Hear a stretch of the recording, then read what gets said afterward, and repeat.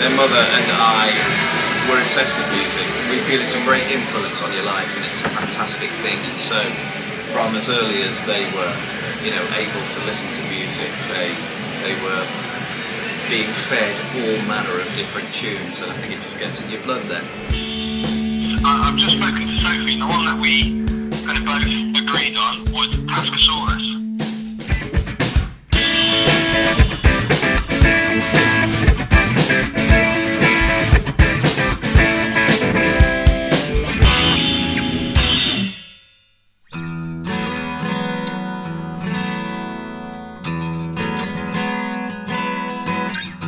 Her name is Sophie Brett Tasker, and she sings and plays the drums. This is Jack. He's my brother, and he plays guitar and he sings.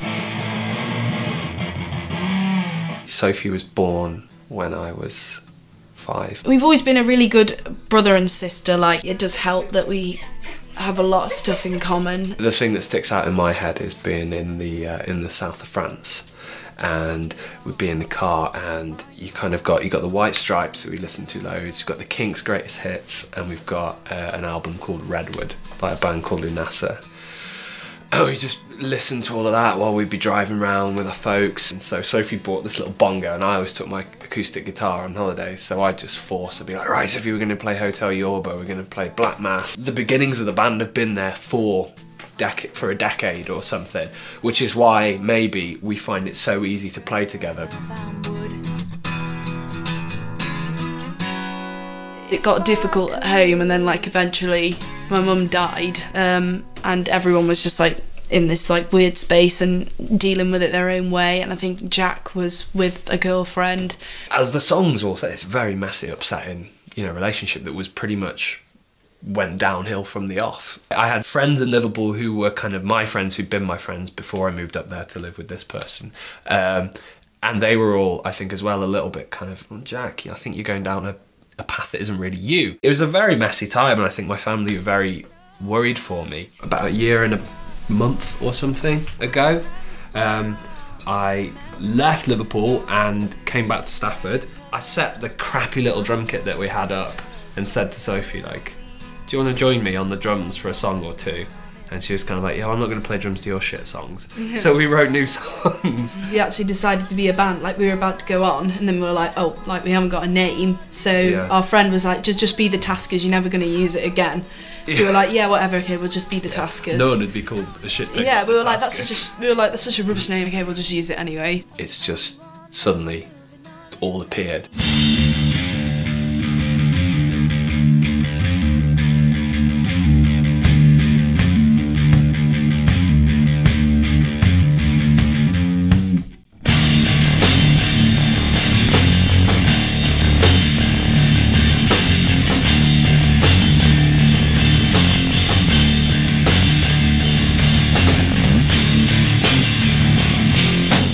The new album is going to be really good. It's very different. It's the first one recorded entirely in a kind of studio setting, although it was in this room with Dan Yates. We have to give Dan a plug, don't we?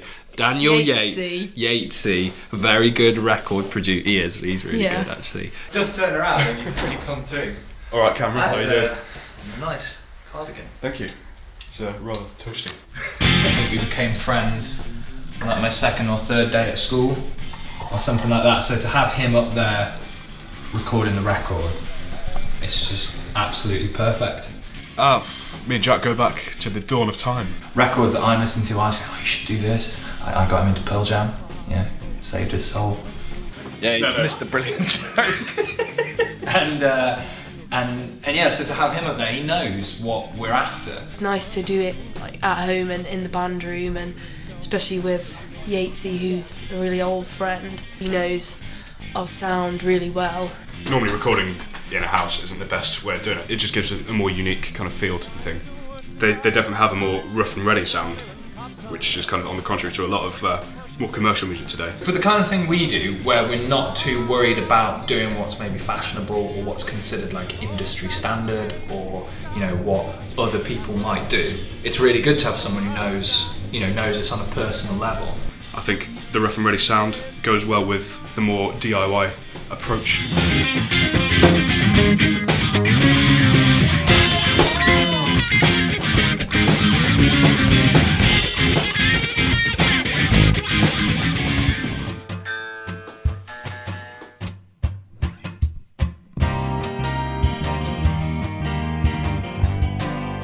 We have like hilarious arguments, like when Sophie does something stupid. Well, you need to play.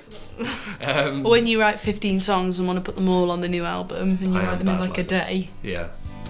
8,000 miles from where this apple fell from the tree. So there are arguments, but they're always funny. And I'm always the one that has to say sorry because you never say sorry. Just to try. That's bullshit. That's true. I And always what- text you and say sorry Yeah, text. when you're downstairs. Might as well email me.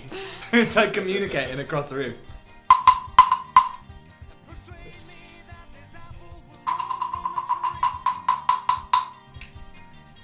You know, you have 2 rounds of chords before I start singing. Oh. That's what I mean. So give it some welly there, because the electric guitar will be doing like a bit of a melody. Yeah, it's really good. It's really good fun because you just don't have to worry about anything. Can be as mean as you want. You can be as mean as you want. Okay, where are you going, mate? I don't know. Exactly. Okay.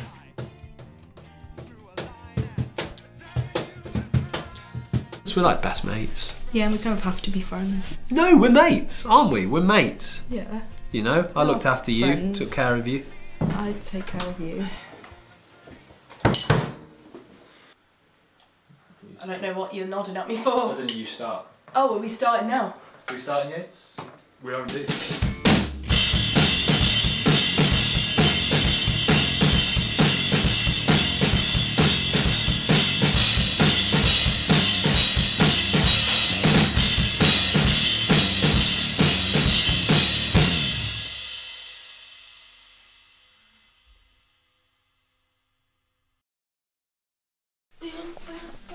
I've been playing drums. Started playing drums when I was in year 7 or something. So I've been playing drums for about 5 or 6 years. My mum was really good friends with the drum teacher because she worked at the school where I went, and she brought me in. She was like, "Oh yeah, this is my daughter Sophie," and like just seeing like all the drum kits and like all the percussion instruments, I don't know, something just appealed to me. She was the one who put 10 on Jack's stairs up to his room and just said like, you might want to give this a listen, and he did. And maybe if he didn't, we wouldn't be here like we are. Just think about all these things that have happened, and if they wouldn't have happened, maybe wouldn't be in a band together. But I try not to think about stuff like that too much because that's a bit too deep. That's Grandad. Favourite picture that I own. Most important picture that I own.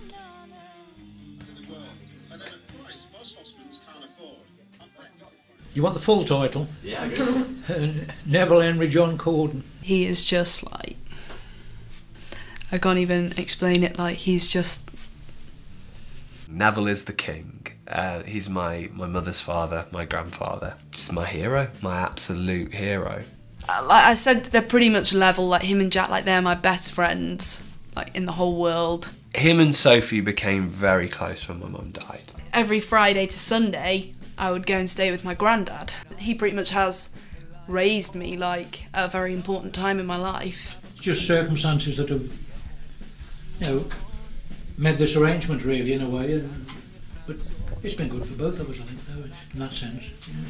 Sometimes I think like you can never fully know anyone and you can never fully trust anyone. I would say that I fully know and fully trust my granddad. She has confided in me a lot, to be honest, about all sorts of things that probably she wouldn't confide In anyone else? to anyone else. Well, certainly not to a grandparent. They became so close that, I don't know, they are just an absolute unit. Even when we were young, we used to go over every Saturday night and like have food and stuff. There used to be, she'll kill me, Zac Efron from like here to here. She absolutely loved it. My granddad called him the little weasel. Yeah, he's absolutely fucking hilarious. He's great. I love him so much. Yeah. Sophie's not easy, to be fair, at times. I have to put that in. Yeah. Oh, at one time she could be ever so difficult at times, you know. You can be very difficult yourself, Neville. I think he really likes the band. He loves hearing Sophie sing. Little songbird, he says. I'm really proud of them, you know. I think they've done well, you know, really. And then I came home.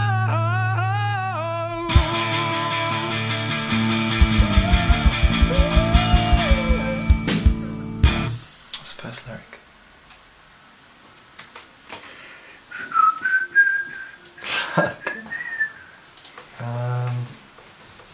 Some bullshit about living in Liverpool, I'm sure. Give me a moment. What's the first line? No. What? I can't remember what it is. That's ridiculous. Fail. Absolute fail.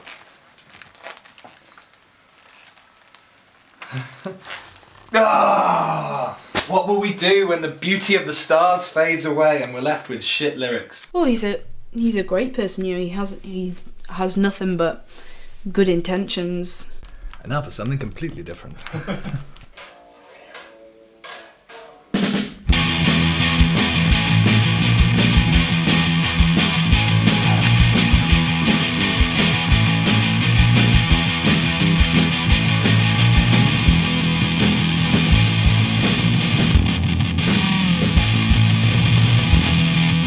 Yeah, he is a fruity person, but like if he wasn't a fruity person, then he wouldn't be Jack.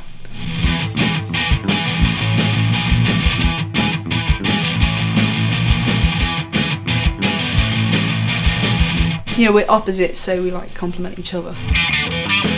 Jack's definitely the songsmith. Turning into a musical. I do pretty much all the stuff in terms of like booking gigs, speaking to people, setting up the website, monitoring the website, producing artwork for the website, cooking for us. I joke about it, but I really like it. I love being in a sociable situation. And it's part of my character. That's good. I don't know how to play the harmonica. I just thought I was assuming you had some prior knowledge. No. It's one of those things that you're like, oh, it's in C, we'll be fine, but actually it's probably not. I've never really played it other than being like, well, I can play it. You can't fucking go wrong, it's a harmonica. Sorry, you can go wrong. But just, let's try it anyway, because it would just be with the try vocal. it, I think I'm it'll not sound saying- like surfery and cool.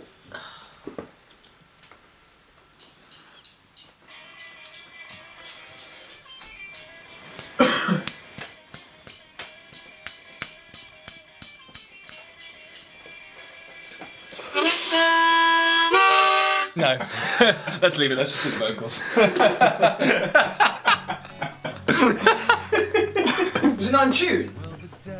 It was a little bit tragic. Stay dead and rest their weary heads. We've been It's pushing. a very important image, and then on the back you've got "Be True to Yourself" and JLL, which is for Jack Love Life.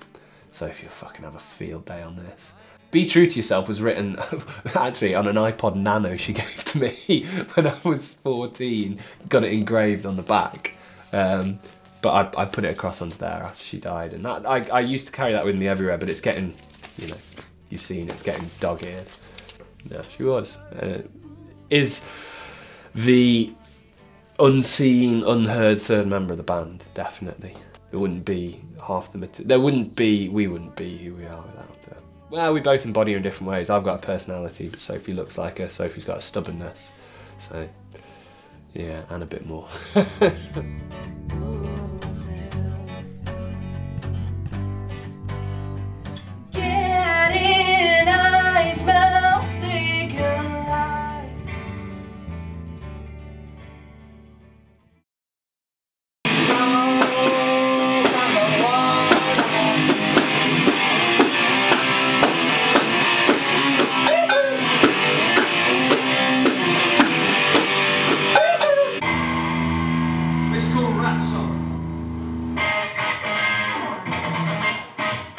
It's not just, oh, they listen to Pearl Jam, therefore they play drop D guitars or anything. It's actually like we have an attitude that goes with it. The kind of bands that we listen to and the kind of attitudes they have massively affected the way we act in life.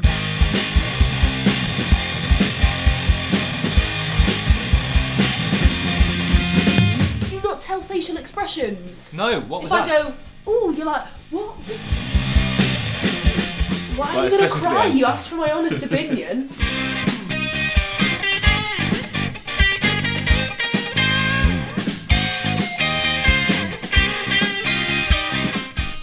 Yeah, that was good. Yeah. That was good. There's Okay. nothing wrong with that. It's really good. I'm pleased, but sometimes Jack's fruitiness gets the better of him, so just need to correct a few things. The rest of it's okay. If it was a bit quieter, but I know about. Oh, what? So when it's lower? Chisel! What? It's all the ones where I put keyboard in where it's like, right, we need Yeah, to do yeah. everything. Are you cool with that? Is everyone like? Yes. And you know that all this time we were looking for the exit. I don't think you could listen to our record and go, oh, they sound just like so-and-so. I think it's different enough because we grew up listening to so many different types of music.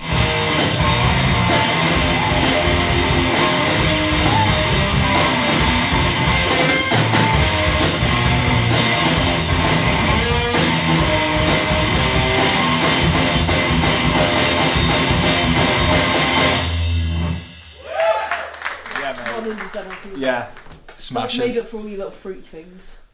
Interesting fact, actually, in Jurassic Park, velociraptors are like the main enemy. They're not actually The velociraptors. ones in the film Dionceus are the ones with the hook claw. Raptors are actually really small, but velociraptor just They're like sounds cooler. smaller or the same height as a person. Yeah. Whereas the ones in the film are like huge.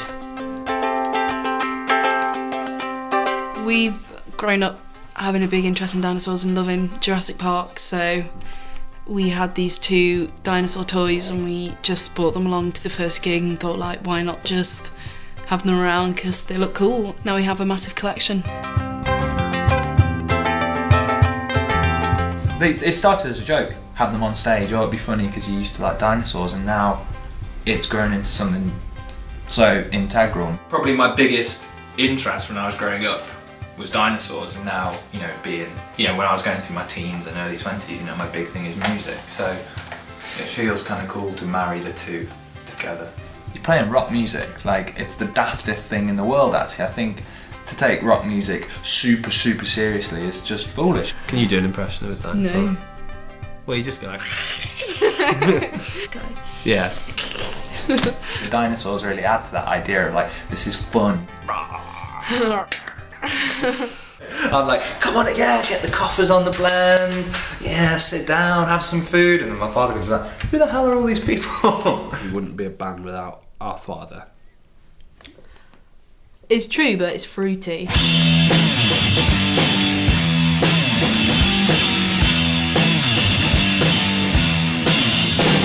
This is the old man, by the way. This is the documentary. Oh, this is not the documentary, is it? He's a well-lived human being. He is the sponsor of the band. He is the man who is at every gig, knows every lyric. He is the absolute dude.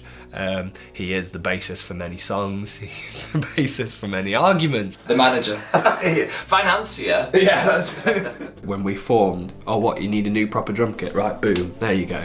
Oh, you need a new amp, boom, there you go. Because he believes in us. It's not like he's, you know, we've obviously had to prove Not ourselves. spoiled. No, he drives to every gig and supports us and knows every song and every lyric and probably loses sleepless nights over wondering how we'll, you know, survive in life. But yeah, we wouldn't be a band without him. At all. Nothing in my whole life has made me as happy as being in this band. You know, absolutely nothing is the best thing ever. I wouldn't want to be in it with anyone else. Loads of brothers and sisters are close and loads are probably mates, but you get a lot of them also who argue and don't get on. But we can sort of stand each other all the time. yeah, you know, Sophie likes all the same stuff as me, you know, we hang out, we have the same sense of humour. Mine's a little better, obviously, but... Sound in an air-conditioned airport lounge. In terms of where I want to be with the band, you got that clip of me in the other room saying, oh, I want to be on Madison Square Garden. The absolute pinnacle, I think, is this DVD, Pearl Jam, live at the Garden, live at Madison Garden. That's like and what we think of. oh, to be there, that would just be the moment. And I have it all planned out, like the light show and where everything's going to go. Even when you're 80, I don't think you should ever lose that sense of, you know, dreaming and ambition. I want to keep on gigging, I want to keep on growing. It would be really awesome for it to be in the position where that was the main source of income, you didn't have to do anything else. Even if it's not the band. The band will always be there. I'd flip and play to a pub No, with I'm saying half if the a person band in there. didn't get famous. Oh, it'll still be us. I'll still yeah. be your friend. Oh, good, thanks. Just to let you I'm know. glad. Yeah.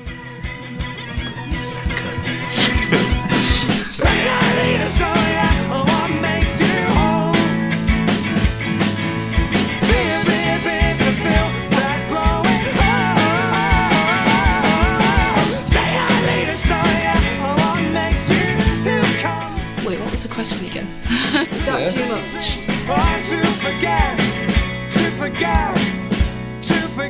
Your own.